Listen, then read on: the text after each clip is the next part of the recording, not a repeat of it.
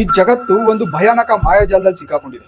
ಈ ಲೂಪ್ ನಲ್ಲಿ 5 ವರ್ಷ ಹಿಡ್ಕೊಂಡು 50 ವರ್ಷದವರೆಗೂ ಇದ್ದಾರೆ. ಬರೀ 5 ವರ್ಷದಲ್ಲಿ ಇಡೀ ಪ್ರಪಂಚ ಸೋಷಿಯಲ್ ಮೀಡಿಯಾ ಸ್ಲೇವ್ ಆಗಿದ್ದು ಹೆಂಗ್ ಗೊತ್ತಾ?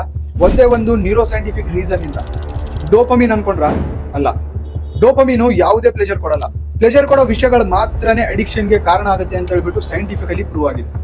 ನೋಡಿ, ಬ್ರೈನ್ ನ ಗ್ಲುಟೋಮೇಟ್ ಕೆಮಿಕಲ್ ನಿಂದ ಪ್ರತಿದಿನ ಮಿಲಿಯನ್ಸ್ ಆಫ್ ಥಾಟ್ಸ್ ಗಳು ಹುಟ್ಟುತ್ತೆ. ಇದು ಯಾವುದಕ್ಕೂ ನಾವು ರಿಯಾಕ್ಟ್ ಮಾಡಲ್ಲ. ಆವಾಗಲೇ ಅನ್ನೋನ್ ಹೀರೋನ ಎಂಟ್ರಿ ಆಗುತ್ತೆ, ಡೋಪಮೀನ್. ಇದು ಕೆಲವು ಥಾಟ್ಸ್ ಗಳನ್ನ ಚೂಸ್ ಮಾಡಿಕೊಂಡು ಡಿಸೈರ್ ನ ಕ್ರಿಯೇಟ್ ಮಾಡುತ್ತೆ. ಆಮೇಲೆ ವಾಂಟಿಂಗ್ ಮತ್ತೆ ಮೋಟಿವೇಶನ್ ನ ಬಿಲ್ಡ್ ಮಾಡುತ್ತೆ. ಈವನ್ ಅದರಿಂದ ಯಾವುದೇ ಪ್ಲೆಜರ್ ಸಿಗಲ್ಲ ಅಂದ್ರೂ ಸಹ. Yes, dopamine is all about wanting, not a sensory pleasure. ನೋಡಿ, ನೀವು ಸ್ಕ್ರೋಲ್ ಮಾಡೋ ಪ್ರತಿಯೊಂದು ವಿಡಿಯೋದ ಎಕ್ಸ್ಪೀರಿಯನ್ಸ್ ಬ್ರೈನ್ ನ ಈ ಭಾಗದಲ್ಲಿ ಸೇವ್ ಆಗುತ್ತೆ. ಇದನ್ನ ಹಿಡೋನಿಕ್ ಹಾಟ್ಸ್ಪಾಟ್ ಅಂತ ಕರೀತಾರೆ.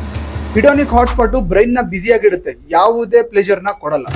ನಿಮ್ಗೆ ಪ್ಲೆಜರ್ ಕೊಡೋದು ಇಂಟರ್ನಲ್ ಓಪಿಯೋಡ್ ಸಿಸ್ಟಮ್. ಇದರಲ್ಲಿ ರಿಲೀಸ್ ಆಗೋ chemicals endorphins, enkephalins, endomorphins, dynorphins. ಈ ಕೆಮಿಕಲ್ಗಳಿಗೂ ಮತ್ತೆ ಡೋಪಮೀನ್ಗೂ ದೂರ ಯಾವುದೇ ಸಂಬಂಧ ಇಲ್ಲ. This is what Zuckerberg team crack. Good or bad, ನಿಮ್ಮ ಬ್ರೈನು ನಿಮ್ಮನ್ನ ಕಮ್ಮಿ ಎಫರ್ಟ್ ಅಲ್ಲಿ ಬ್ಯುಸಿಯಾಗಿಡೋದಕ್ಕೆ ಬಯಸುತ್ತೆ. ಈ ಲೂಪ್ ನಿಂದ ಎಸ್ಕೇಪ್ ಆಗಬೇಕು ಅಂತಂದ್ರೆ ಫ್ರೀ ಟೈಮ್ ಅಲ್ಲಿ ಪ್ರೊಡಕ್ಟಿವ್ ಹಾಬೀಸ್ ನ ಅಡಾಪ್ಟ್ ಮಾಡಿ. ಜೈ ಹಿಂದ್.